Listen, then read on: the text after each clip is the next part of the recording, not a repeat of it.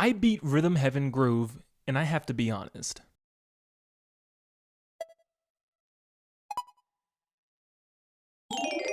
Rhythm Heaven Groove has been an absolute delight for me. As it's not perfect, there's so much that I want to talk about though, because let me give you a bit of a background. I am a Rhythm Heaven fanatic. I played every single game, and I perfected every single mini game from every game, completely 100%ing them, not just once, but multiple times. I was so looking forward to this game, and honestly, I wasn't looking for any new flashy bells and whistles. I just wanted good music again, and even more mini games this time around. And that seems to be exactly what we got. Let's not waste much time. Let's start off talking about the minigames. There's now over 80 minigames. There's a normal side with 40, and then there's a flip side with 40. That includes remixes, and the flip side is mostly just second versions of the minigames we've already played once. I do have a minor complaint here. I feel like because of every single minigame now having a second version, which wasn't always a thing, it was only about a handful of minigames would have a second version. This time every single one does. This makes it a little less unique when it comes to remixes and stuff, because you don't have as many new games, it's just the same games but level 2s of each one. This is very noticeable towards the final remixes, and we'll get into that in a second, but I feel like not every single minigame needed a sequel. Some of the games didn't even add anything.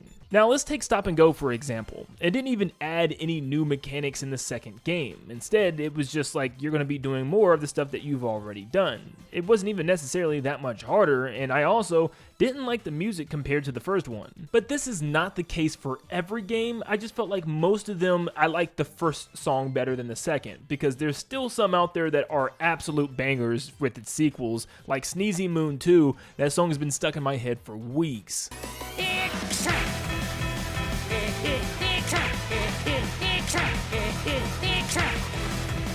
But some games like Backup Spotlight and Can Do gave us great themes in both the first and second. But overall, I think music is subjective, and some people are going to really like the music in this game, and some people might feel like it's just okay.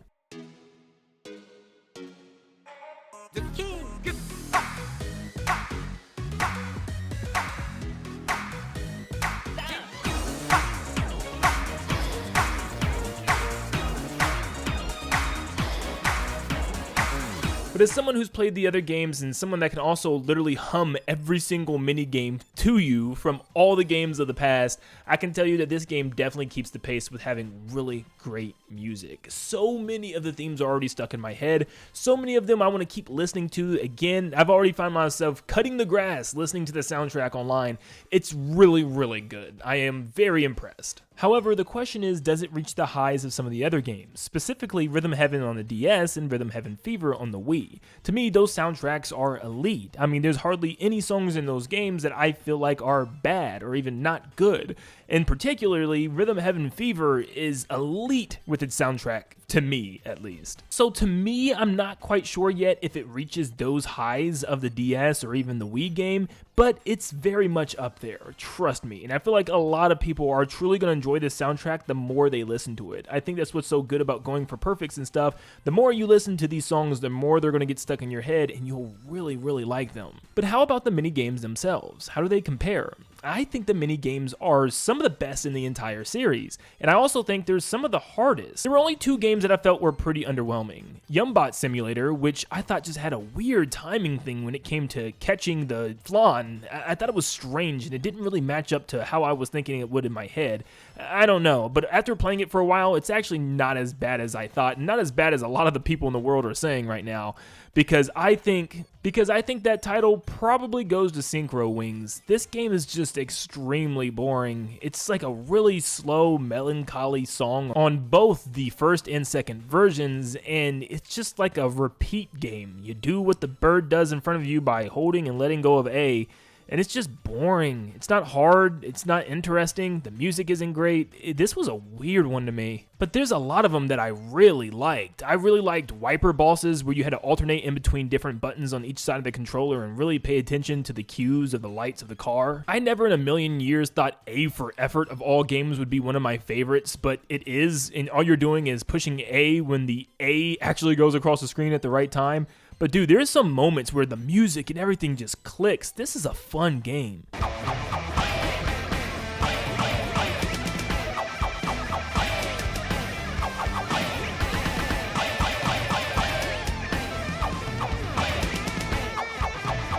And they also have some classics brought back in a new way. Like, of course, you gotta have your samurai game, Fighting Spirits, and you gotta have your Karate Joe back in a way where you're just grabbing sticks instead of punching things. But like I said, some of these are pretty tough. I could normally have my wife or anybody in my family play through some of the past Rhythm Heaven minigames, a good chunk of them, where I feel like with this game, there was only a handful that I feel like, you know, somebody that's never really played video games that much can get through, because some of these are...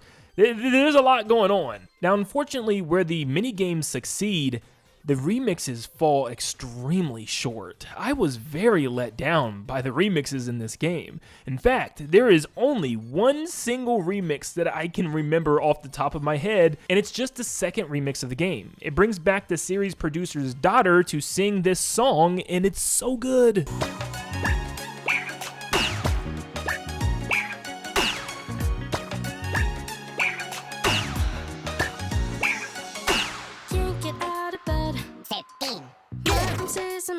Something's never changed, time keeps passing by. I stay the same. Now, the remixes themselves are fine. Some of them are actually pretty cool, how they will take one game and layer it over the top of another, and you'll be pressing buttons simultaneously working two minigames, which I think is a really neat idea. But the problem is the music is just bland. I mean, it's not that good. It feels like it's just playing some background music as you're playing minigames. It's not even memorable in any way, shape, or form. I mean, listen to some of these. Some of them sound like it's just a game show playing in the background.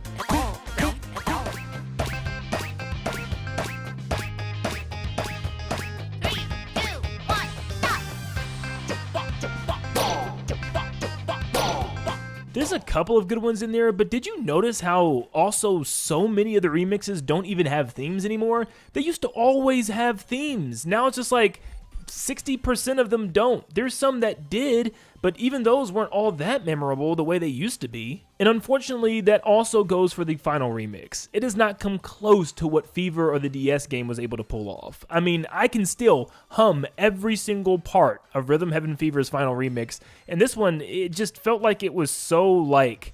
I don't know what the word for it is, just more laid back, less serious, and it was also like over before I knew it. I was like, what, that's it? That's all? And I think that also comes down to the fact that so many of the minigames, half of the games are just the same ones brought back for a second time, so you're not having that exhaustive list of a bunch of crazy minigames hitting you every way, left and right. There were surprises in Fevers that you didn't even know what was going on.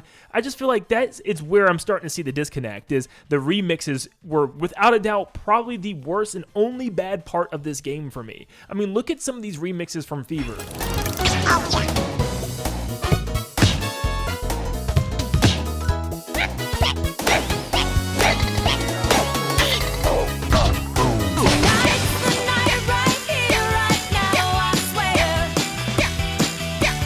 One, two.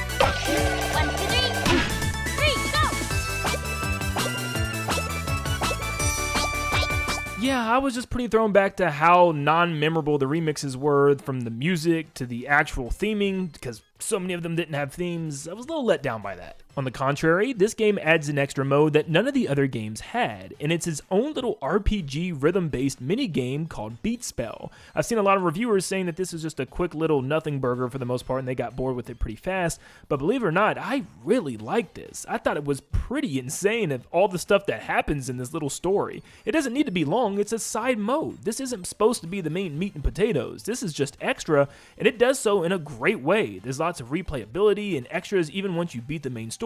There's even boss battles and stuff, and so many different spells with different beats to learn. There's even like a counter backflip that you can learn in order to combat, and when you're at the peak of fighting, it gets absolutely crazy. I'm going to show a clip of the final boss. If you don't want to see it, skip to the time on screen, but this is eventually what this game will lead up to.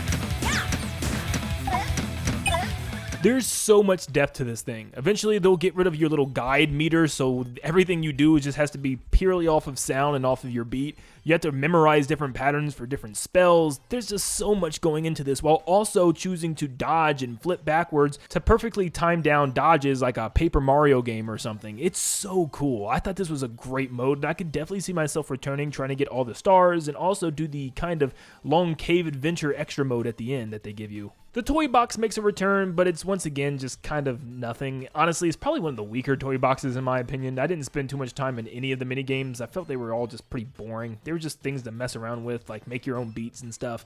Not a big fan of any of these. But there's also a new score attack area where you can try to get gold medals at all these new mini games, and it's actually a lot of fun. Some of these are pretty good. They're like, some of them are straight throwbacks to like the one where you hit the switch in the past games and you get that creepy host. This time you're just clapping on beat in order to get a high score. But there's some really good ones here. My favorites being one where you're a sensei and, you know, timing down your dodges to these attacks of your student, or one where you're riding a skateboard and bouncing and flipping over blocks, eggs, and towers of crackers. And if that wasn't enough, you even have co-op specific mini games where you can get gold rings instead of medals on these. And I actually had more fun playing these with some of my friends than I did with any Mario Party in the last couple of years. These are so much fun, and they can get really difficult. There's 10 mini games with 3 different levels of difficulty for each one. And like I said, these can get insane. I mean, literally look at this.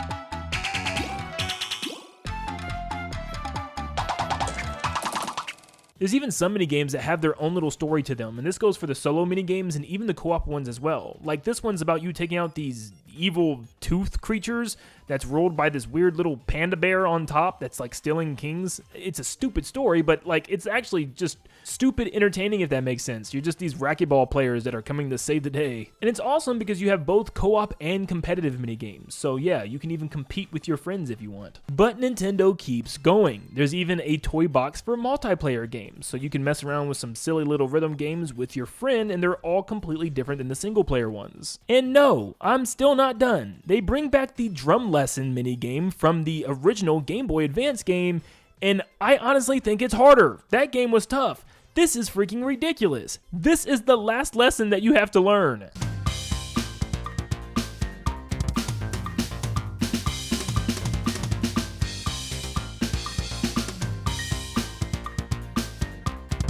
And of course, they have letter rankings that go all the way up to an S, so to be honest with you, I don't know if I'm ever completing these. And just in case you needed more content, there's an extras area that gives you like developer talk and like their own little stories they add to the game. There's even like little comics that you can unlock for getting perfects on the games. This is a $40 game, $30 digital. This is an insane pack of things to do for a $30 to $40 video game, man. Like seriously, I was blown away by how much is put into this. And I almost forgot to mention, you can still once again go for perfects in the mini games, and they pretty much work the same way. You get 3 attempts on a random game that they choose after a while.